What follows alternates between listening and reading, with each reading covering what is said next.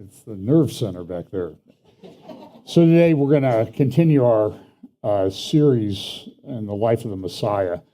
And largely when I'm working on this, I've worked through some notes, study guides of some people, particularly Arnold Fruchtenbaum, who did a very good series many years ago on life of Messiah from a Jewish perspective. I remember, now I love Arnold Fruchtenbaum, so if you're tempted to buy his audio series, just understand that he's not the most dynamic speaker you've ever heard. Get a couple pots of coffee and listen to him. But his content is very good. I bought the series and I realized it was like 28 hours long, but it's very good. He goes through a chronological life of Messiah. So I've been trying, when I talk about this, I've been trying to follow his methodology, his commentary on this. Here's some of the other ones that I've talked about. It's hard to be humble. The finger of God. Before Abraham was, I am. They longed to see this day. Lord, teach us to pray. Don't hide the light. Whom shall I fear? Getting to the heart of it. And do you not know these things? Lazarus, resurrection, rejection of the sign. Remember, there were three, as Dr. Fruchtenbaum points out, there are three times that Israel is going to get the sign of the prophet Jonah. Two have already occurred. One was the resurrection of Lazarus, because Lazarus was dead. I mean, he was dead, as they would say. When sometimes in Hebrew, when they want to emphasize something, they don't just say really dead, they say dead. So he was dead. He was dead. And they missed that sign. Then there was a sign of Jonah given with regard to the resurrection of Jesus. And there will be yet another sign given in the future when the two witnesses are resurrected. Not quite getting it was another thing, shouting the right thing, but at the wrong time. We looked at the parable of the wedding feast, and today we're going to talk about woe to your questions. The Pharisees always had a ton of questions. So let's look at, let's just give me sort of the time setting of this. Remember when we talked about the Jesus triumphal entry into Jerusalem, we talked a good bit about a recent archaeological discovery, which you can see the square there in the lower right center of that's the Pool of Siloam, and they've discovered and they've been excavating and reconstructing so it should open to tourists the processional road that goes all the way from the Pool of Siloam all the way to the Temple Mount. That's a distance of about 600 meters. So we're in this period of time, this last week, we sometimes called the Passion Week of Jesus. Jesus is going to be making these different moves around. We know he went from Bethany, and he went into the temple. And so we're sort of in that still early part of the week. The events that I'm going to talk about today probably occurred around Tuesday, Wednesday of that week before Passover. And what he did was he went into the temple, he cleansed the temple, and then they came to him once again with a bunch of questions. And so what we're going to see today is some of the last part of Jesus' public ministry, because after this, what Jesus is going to do is he's going to go and only talk to his disciples. So we'll be talking eventually about the Olivet Discourses. I actually think there were two, but those are the longest talks of Jesus' ministry on earth. And his first coming was his talking about things related to the future, and a lot of it related to his second coming. So we're in that period of time. Here's a little timeline that I found at Bible Gateway. Now, I will tell you, if you break this down, I can already see the emails coming in. They got it wrong. That's not really how it happened and everything. So this timeline goes from Sunday through the following resurrection, the day of resurrection. And so we're in the early part of this week, around Tuesday, Wednesday. They are having what is known here on this timeline as the temple debates. And eventually, and you can see this is a very complex week. There were a lot of things that occurred this week. When we talk about Bible prophecy, one of the things I talk about every week anymore is acceleration. And that's a pattern of the fulfillment of Jewish prophecy. You look for Jewish prophecy, you look at a pattern. And the pattern of Jesus' first coming was that all the prophecies are related to his first coming. About 60%, actually 59%, were fulfilled in this last week. So that we would expect that with all these prophecies that relate to Jesus' second coming, they're going to be fulfilled in a very short, compressed period of time relative to the sweep and arc of history. So again, we're at this Tuesday, Wednesday part where they're having the temple debates. So I'm going to read from the passages. This is very difficult in some respects to do because Dr. Fruchtenbaum and some others they sort of mash everything together and then they put it into a chronological, harmonized framework. And I try to take that and then put it into slides, and it can be very confusing to do at times. So I apologize if it's confusing. So what I'm going to do is I'm going to read through the three passages that we have today. First Mark, a shorter passage from Luke, and then a long passage from Matthew. Then I'm going to go through that in a harmonized way. So hopefully that'll be understanding that, Mark and Matthew and Luke, who were the ones that recorded the events of today in the Gospels, they chose certain things to include in their gospel or not. For example, I think Luke's gospel was actually the first part.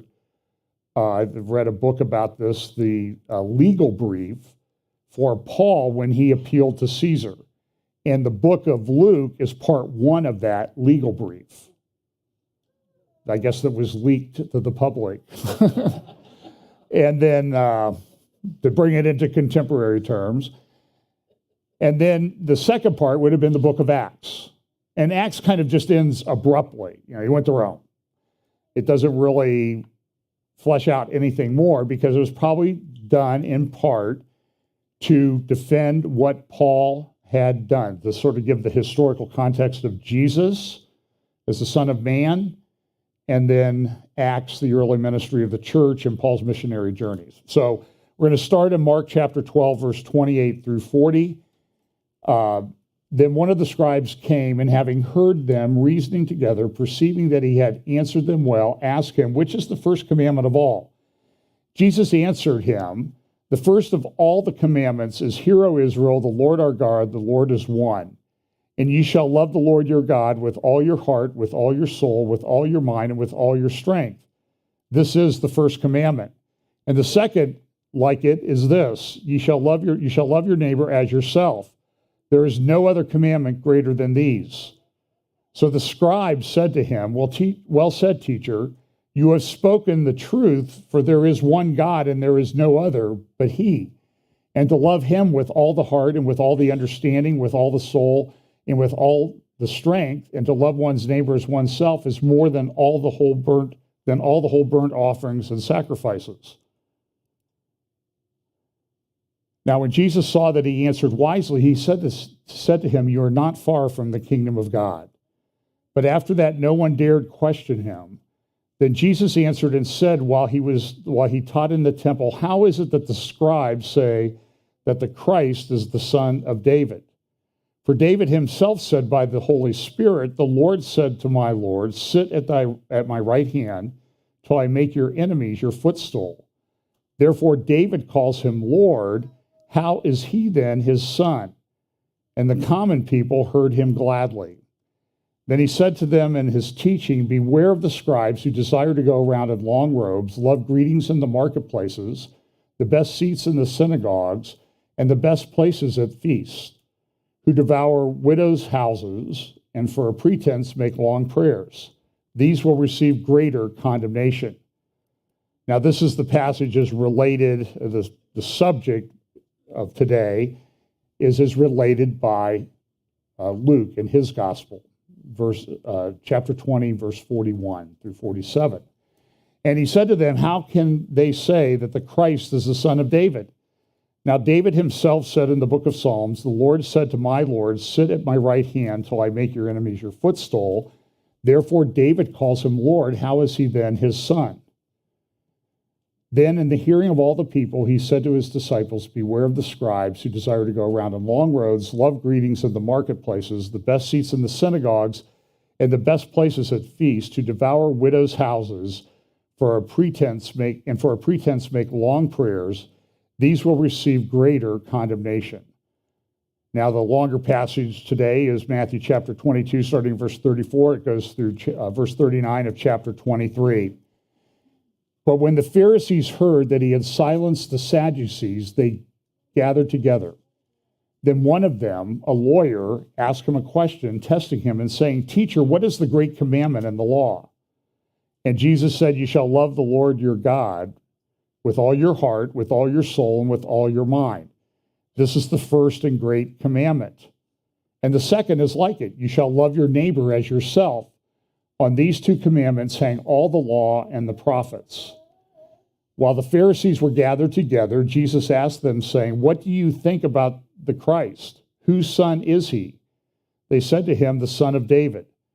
He said to them, how then does David in the Spirit call him Lord, saying, the Lord said to my Lord, sit at my right hand till I make your enemies your footstool. If David then calls him Lord, how is he his son? And no one was able to answer him a word, nor from that day on did anyone dare question him anymore.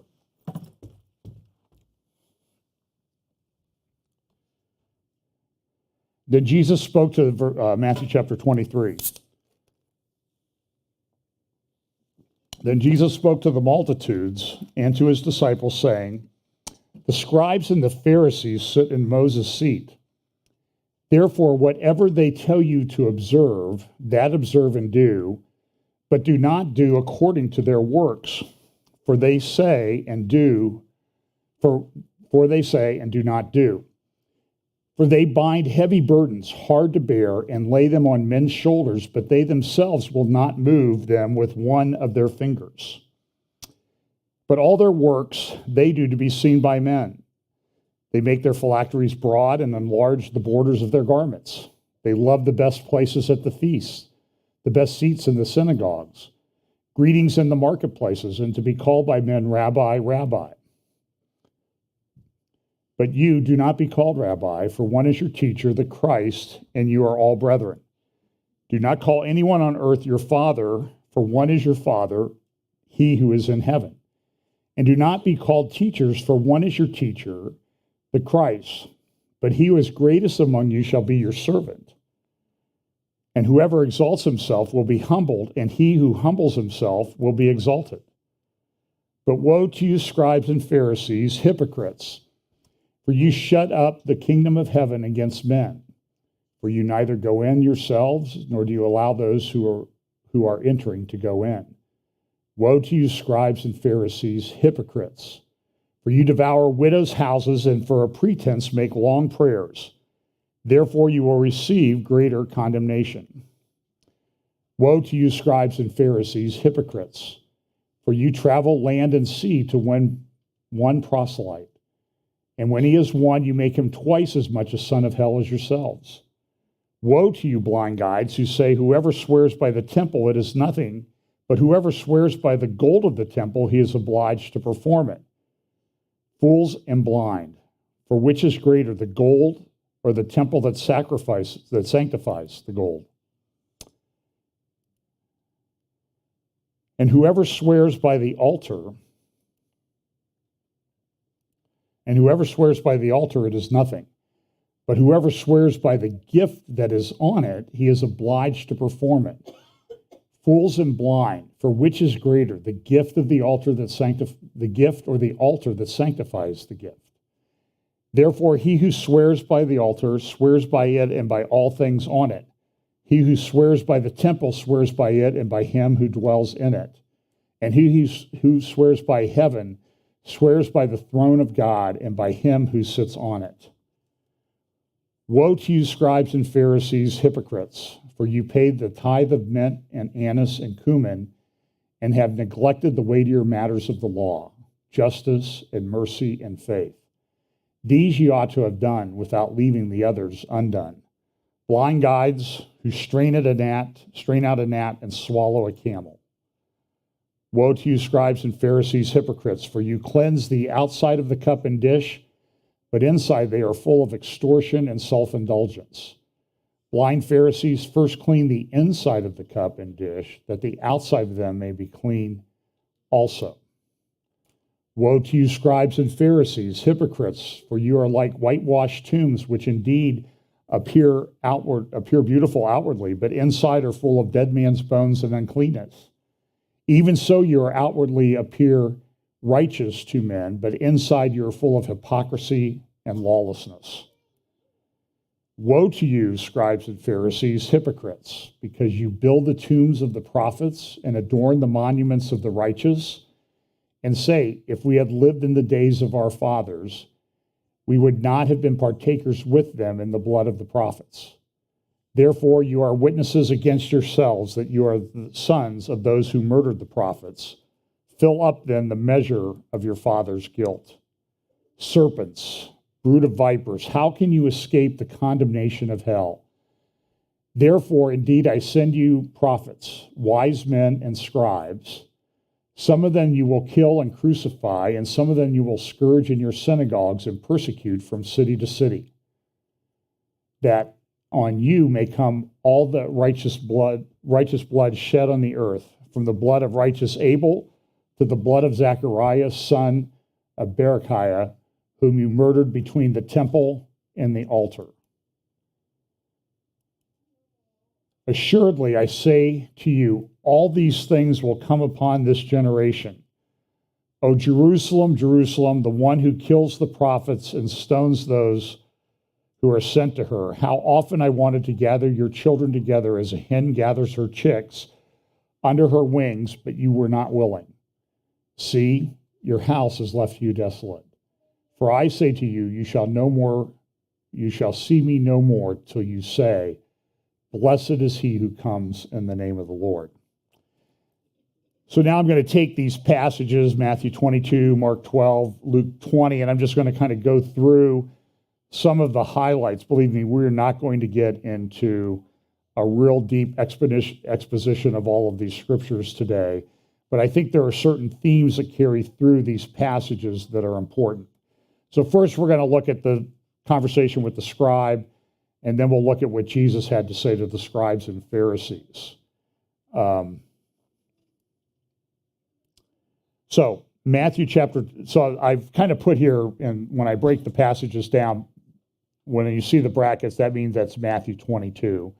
And then you'll see Mark 12 and then the following verses. So whenever you see those brackets, that means I'm switching from verse to verse. But in Matthew 22, he starts off, but when the Pharisees heard that he had silenced the Sadducees, they gathered together. Then one of them, a lawyer, asked him a question, testing him and saying, Teacher, what is the great commandment in the law? And what you see in these passages is that you see a series of attacks on Jesus. They're bringing out the Pharisees and the Sadducees, and they're attacking. And this here deals mainly with the Pharisees in this passage, the teachers of the law. Paul was a Pharisee. And so they're coming to it. They're not coming to build up Jesus' ministry. They're coming to attack him. And Jesus, as you have seen from what we just read, Jesus really, he lays them out.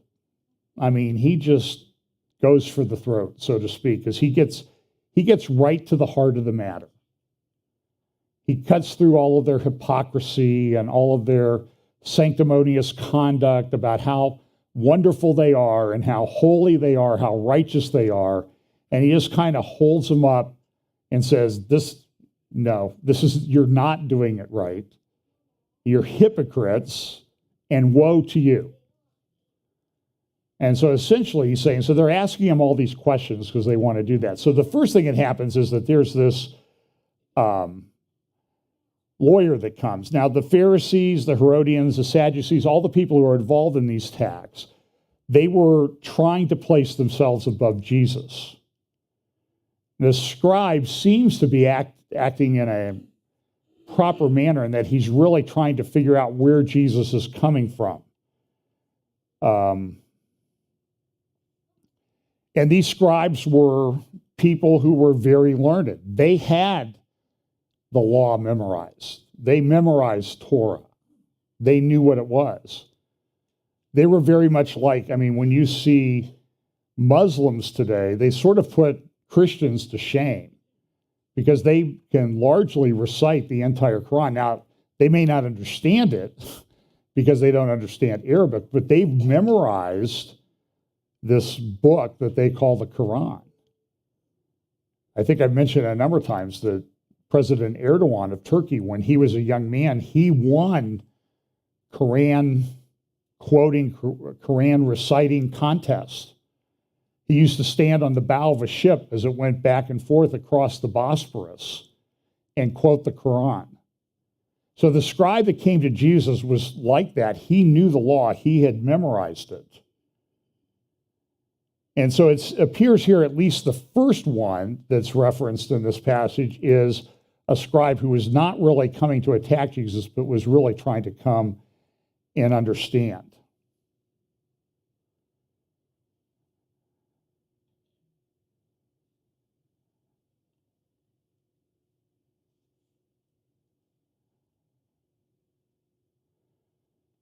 So then some Sadducees, now this is not on the slide, but this is in Mark chapter, this is leading up to this. Then some Sadducees who say that there is no resurrection came to him and they asked him saying, Teacher, Moses wrote to us that if a man's brother dies and leaves his wife behind and leaves no children, his brother should take his wife and raise up offspring for his brother. Now there were 7 brothers. The first took a wife, and dying, he left no offspring. And the second took her, and he died, nor did he leave any offspring. And the third likewise. So the 7 had her and left no offspring. Last of all, the woman died also. Therefore, in the resurrection, when they rise, whose wife will she be? For all 7 had her as wife. And this is what lawyers like to do. They like to kind of trap you. Other lawyers, okay, they like to trap you. And they want to ask you a question that you can't answer, especially when you have someone who holds himself out as an expert. Now, honestly, you very rarely get like the Perry Mason moment where the person breaks down. Oh, I've been telling I made it all up. I wasn't telling you the truth. That doesn't happen very often. It happens occasionally, but. So in Mark 12, Jesus answered and said to them, Are you not therefore mistaken because you do not know the scriptures nor the power of God? For when they rise from the dead, they neither marry nor are given in marriage, but are like angels in heaven. And I mean, there have been whole books written about that passage. It's about, well, they're not like angels in heaven, but, Genesis 6 and all the controversy over that. But Jesus said this, and leading up to this time that we're talking about today, but concerning the dead, they that rise, have you not read in the book of Moses in the burning bush passage how God spoke to him saying, I am the God of Abraham, the God of Isaac, and the God of Jacob?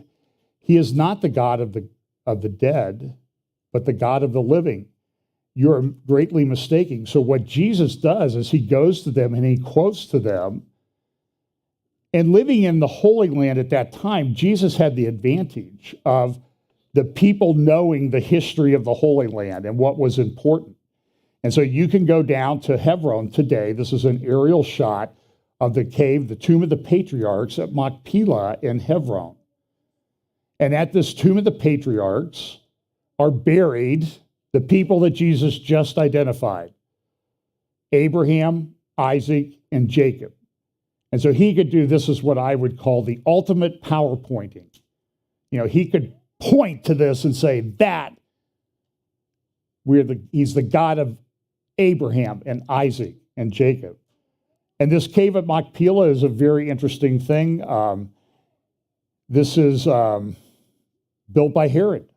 So it was a relatively new building at the time of Jesus' ministry. And it pretty much stands, except for the stonework at the top, the lower part, the vast majority of it, is today exactly like Herod built it. And you can go and see it. And there's a thing, this is an interesting part. This is the second holiest site in Judaism.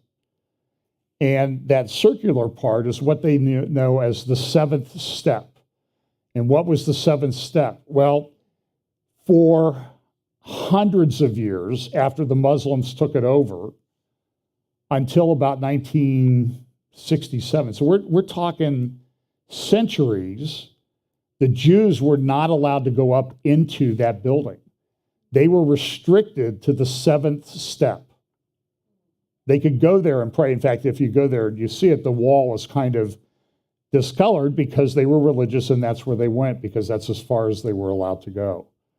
And it's built in the city of Hebron, which is the first place where David ruled.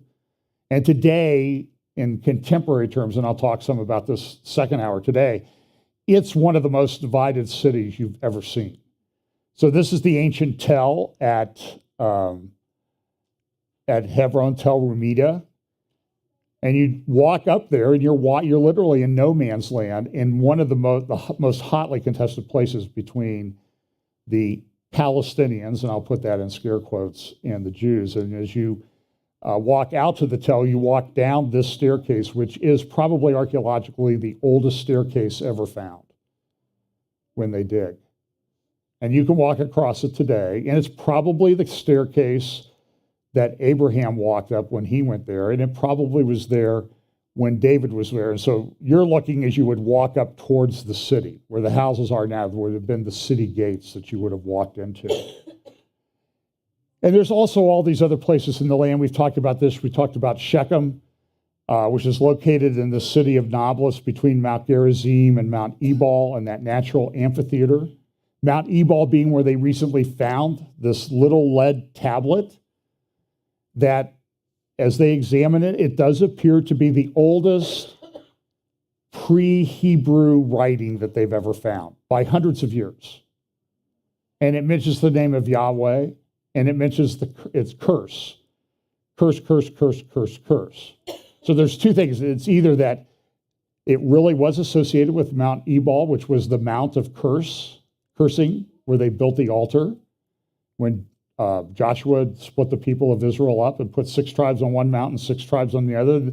One mountain shouted the curses and the other shouted the blessings. So it's either really part of that whole mindset that they had, or as somebody suggested, it's just some guy who is, writing in the social media forum of the day about how he felt about his wife. Curse, curse, curse, curse, curse. And invoking the name of God a couple times. I kind of lean to the fact that this is probably a very holy object and very much an indicator. And it's interesting that this Shechem is in the midst of the city of Nablus. We see a lot today, and again, I'll talk about a second hour about all this conflict that's going on. And things are getting pretty heated in Israel. There are, and we'll see some of that, but they're in the midst of all this. Nablus is an ancient Tel called Shechem. And you can see here the standing stone of Joshua that's located right where it should be, according to Scripture, near the temple fortress. You can see that square outline. That is a temple fortress. Why? Because you can tell it's a temple because the walls are really big. So what Jesus is doing here is he's sort of summarizing history. I'm the God of Abraham, Isaac, and Jacob. And so we know that Abraham bought the cave at Machpelah. It was the first time anyone that was part of Israel, later became part of Israel, had bought property. Jacob bought a well in Shechem. That's where Jesus met the woman at the well. And they talked about Mount Gerizim. And then there are other places where they actually bought property. But for the most part, Abraham, Isaac, and Jacob really didn't have any strong ties to the land, but they were called by God to go there to get the promise. So again, this is the fourth attack by the scribe. And the other thing that's interesting about this attack is that this attack is actually the fulfillment of prophecy. Now, how do you know that? I mean, how do you pick up this passage and see where the scribes and the passages leading up to this, the scribes and Pharisees are attacking Jesus? How's that a fulfillment of prophecy? It's sort of like the prophecy from Isaiah, where it said, Matthew quotes, it says, "Behold, a virgin shall conceive and bear a son." And if you go back to Isaiah and you read that, it's like, how did they know this was a prophecy? Well, part of the way you do it is because you look at how the Bible talks about itself. And so the prophecy that's fulfilled here in this attack on Jesus is from Psalm chapter 2. "Why do the nations rage and the people plot a vain thing? The kings of the earth set themselves up, and the rulers take counsel together against the Lord and against his anointed, saying, let us break their bonds in pieces and cast away their cords from us." Now, we know further that this prophecy is fulfilled because this is what happened, and it's referenced in Acts chapter 4. And I could see that I'm not going to get anywhere near finished on this today, but that's okay. If I don't care, you shouldn't either. But what happens is we know that Paul and John, they were brought to the Sadducees, and the Sadducees questioned them. And in there, and it came to pass, this is Acts chapter 4, verse 5, and it came to pass on the next day that their rulers and elders and scribes, as well as Annas the high priest, Caiaphas, John and Alexander, and as many were of the family of the high priest, were gathered together at Jerusalem, probably the Sanhedrin. And when they had set them in their midst, they asked, "By what power or by what name have you done this?" Because they didn't really like these guys were getting popular. Then Peter, filled with the Holy Spirit, said to them, "Rulers of the people and elders of Israel, if we this day are judged for a good deed done to a helpless man, by what means has he been made well?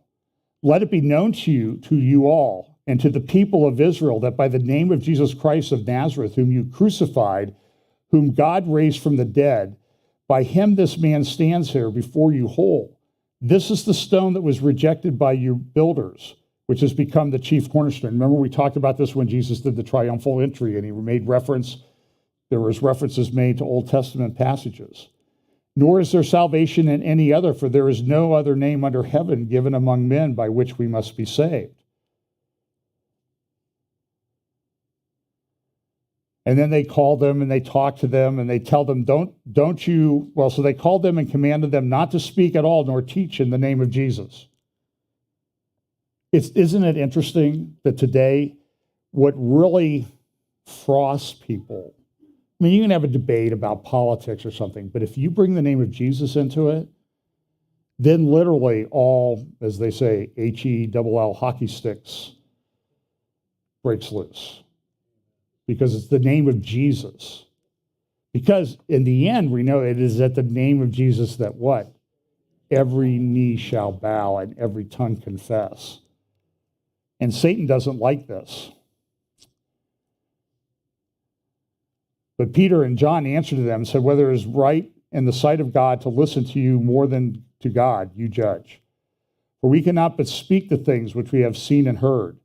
So when they had further threatened them, they let them go, finding no way of punishing them because of the people, since they all glorified God for what he had done. For the man was over 40 years old on whom this miracle of healing had been performed. And then we get to the part where they're going to say, this is the fulfillment of prophecy. This is how we know. And it says, and being let go, they went to their own companions and reported all that the chief priests and elders had said to them. So when they heard that, they raised their voice to God with one accord and said, "Lord, you are God, you who made heaven and the earth and all that is in them, who by the mouth of your servant David hath said, and then they go and quote Psalm chapter 2. So when they heard that, they raised their voice, said, Lord, your God who made everything.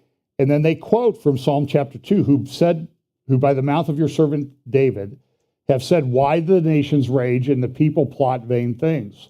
The kings of the earth took their stand, and the rulers were gathered together against the Lord and against his Christ.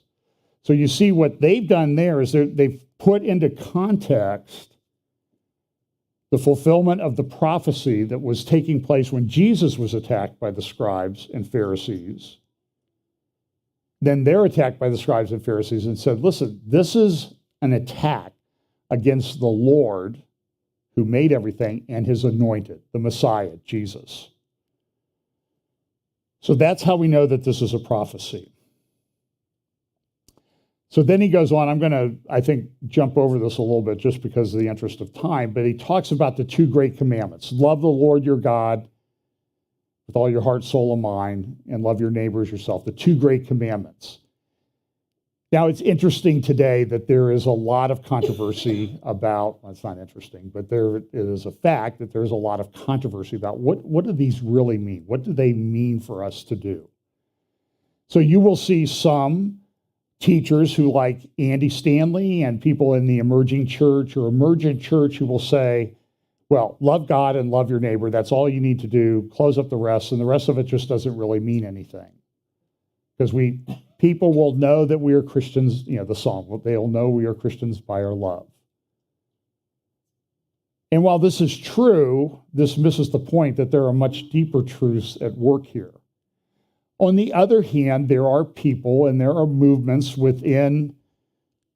sometimes within the church and outside the church that say, well, you need to keep all the commandments. You need to keep the Torah. You need to do all of these things. And it's interesting that, and I don't want to get into that debate right now. I think most Christians keep a lot of the Torah just by doing the right thing.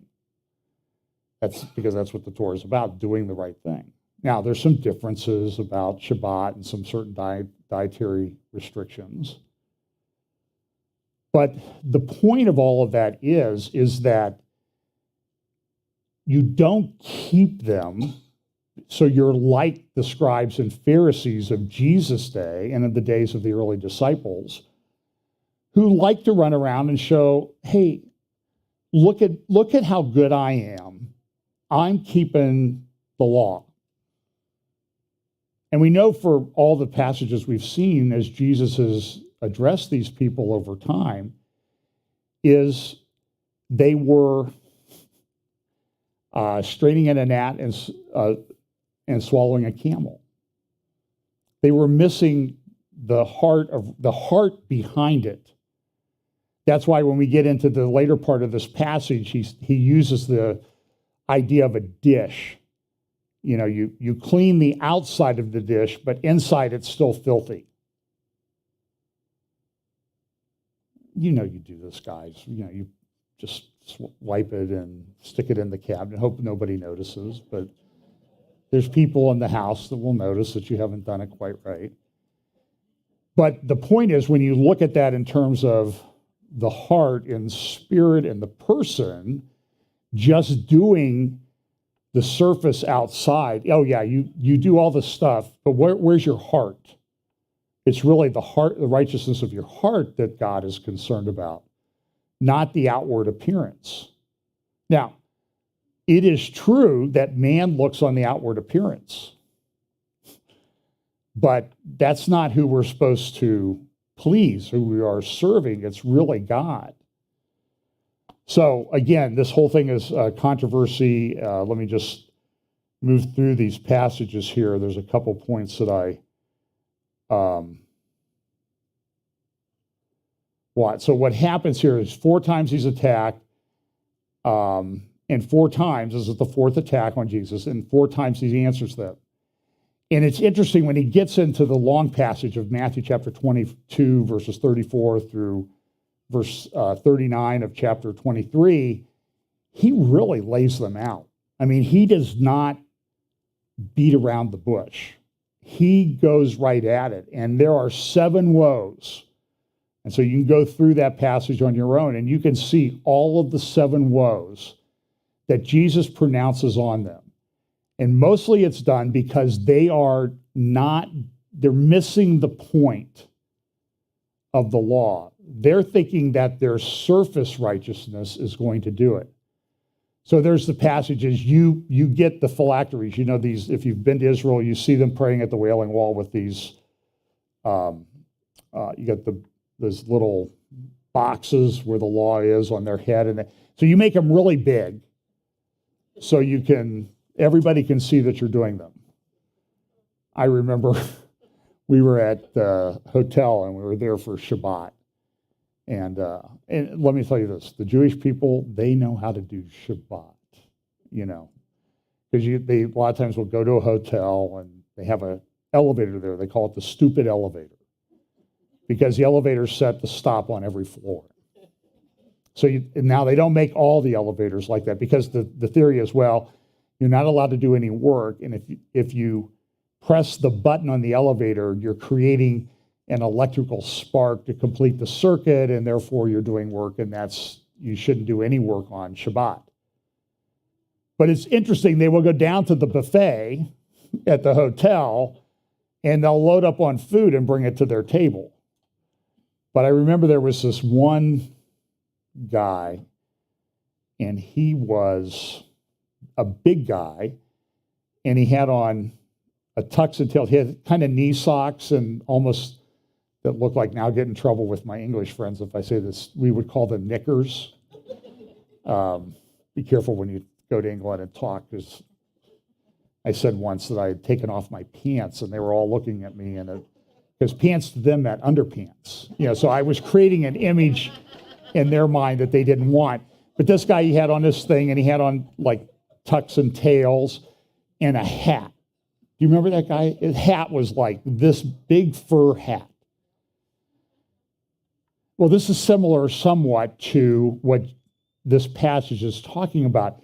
You wear these phylacteries and you increase the length of your talents and that type of thing, so people will say, oh, look how holy he is. He's got a big hat on. And I guess it's okay to take off your big hat on Shabbat. I don't know. I don't understand all the ins and outs of that, so someday the Lord will explain all of this. People. Now, one other thing he talks about too is he sort of asks him this question. Well, like, you know, what David said, if David calls him Lord, how is he his son? And no one was able to answer him a word, nor from that day on did anyone dare ask him a question. So here he is at the end of his public ministry, and he's asking him a question that completely stumps them. And they don't bother to ask him any more questions. Okay, I've had enough asking you questions. Don't like the answers you're giving. It's sort of like some preachers. They will tell you what you need to hear, but maybe they don't say it in the quite way you would quite like. And so you just, I'm not listening to that guy anymore. But the question is really, what's the truth of being conveyed here? But here it shows their lack of ability to answer shows that they really didn't understand what the Messiah's ministry was going to be, that there was one Messiah, two comings, that he would come in the first coming as the son of Joseph, the suffering servant, and you can read all about that in Genesis, and the second time he would come as the son of David, when he will make his enemy, he will deal with his enemies and make them his footstool. They kind of forgot the whole suffering servant thing. They didn't really like that. And that's led to some bad interpretation on their part. So he talks about here Moses' seat. You sit in Moses' seat. And then he makes kind of a interesting comment about, well, do what they say to do, but don't take it too far. And this is where the controversy comes in between Messianic communities and other people that say, well, you have to keep the Torah or you're not righteous, and therefore, you're not sanctifying yourself and that sort of thing. And I'm not trying to get into a big controversy about it, but what he's trying to say is, listen, what he's saying is, look, when they sit in the seat of Moses, they talk about the civil law and how to act. You should respect that.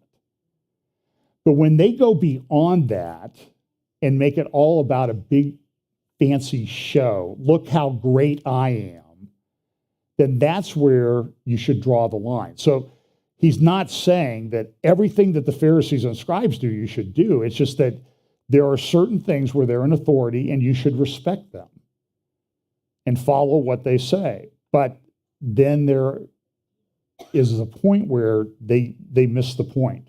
So that's a picture. That was actually a seat, a stone seat discovered at Chorazin in a synagogue there. And it was inscribed, the seat of Moses. So here's what Fruchtenbaum said. Understanding this Moses seat is important to understanding what Jesus means here. It has to do with the application of case law in a civil court, not a religious one. The seat of Moses is the place where two litigants will come together before a judge who would decide their case. And whatever the judge said was the final verdict. There was no further appeal, and they must go ahead and fulfill whatever the judge said. So what Jesus is saying to them is this: in matters of civil law, because of their position, they are to be respected and obeyed. But in matters of righteousness, do not follow their example because they say one thing and do another. They are hypocrites. And Jesus deals with this in Matthew chapter 23, verse 27. Woe to you, scribes and Pharisees, hypocrites, for you are like whitewashed tombs, which appear beautiful outwardly, but inside are full of dead men's bones and all uncleanliness. Even so, you also outwardly appear righteous to men, but inside you are full of hypocrisy and lawlessness. Jesus could see right through the facade, and that they were all about building themselves up and not acting in obedience to the Lord. And then he goes here, and we'll finish with this. But woe to you, scribes and Pharisees, hypocrites, because you build the tombs of the prophets and adorn the monuments of the righteous. He goes right to him and says, listen, you guys build the tombs of the prophets, and yet you act like this. And you say, if we had lived in the days of our fathers, we would not have been partakers with them in the blood of the prophets. Therefore, you are witnesses against yourselves, Jesus said, that you are the sons of those who murdered the prophets. Fill up then the measure of your father's guilt. And then as he goes on in these woes, he gets more and more direct. Serpents, brood of vipers, how can you escape the condemnation of hell? Therefore, indeed, I send you prophets, wise men and scribes. Some of them you will kill and crucify, and some of them you will scourge in your synagogues and persecute from city to city. So again, he's making a prophecy here about what's going to happen with the people in the early church. They're going to be persecuted.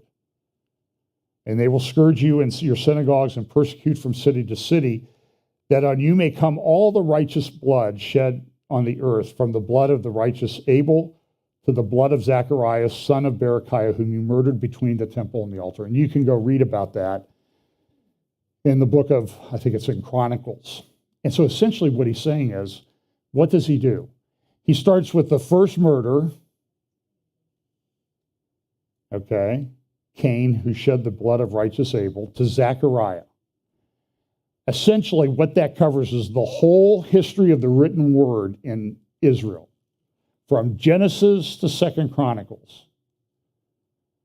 He says, you're violating that. You act like you're not, but you are. And so he's saying is, listen, this is going to be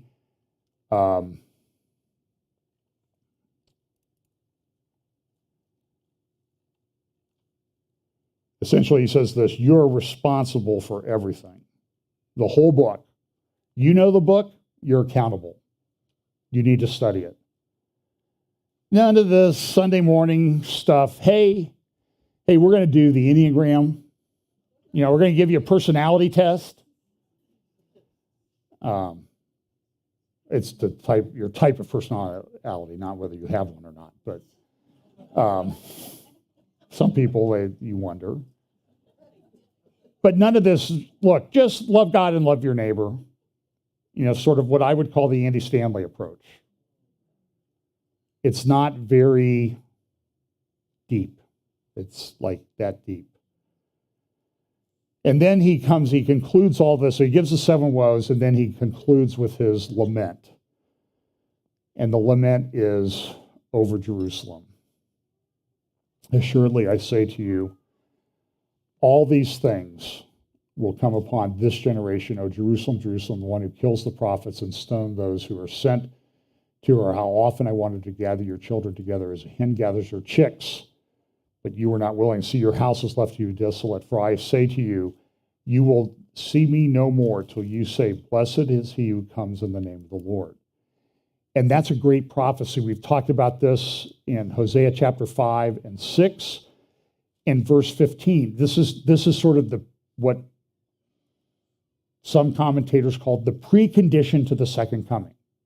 This is the one thing that really needs to happen, and this is the national repentance of Israel, of those who've survived. And this is what it says in Hosea 5 and 6. One of my favorite passages, I will return again to my place till they acknowledge their offense. Then they will seek my face. In their affliction, they will earnestly seek me. Come and let us return to the Lord, for he has torn, but he will heal us. He has stricken, but he will bind us up.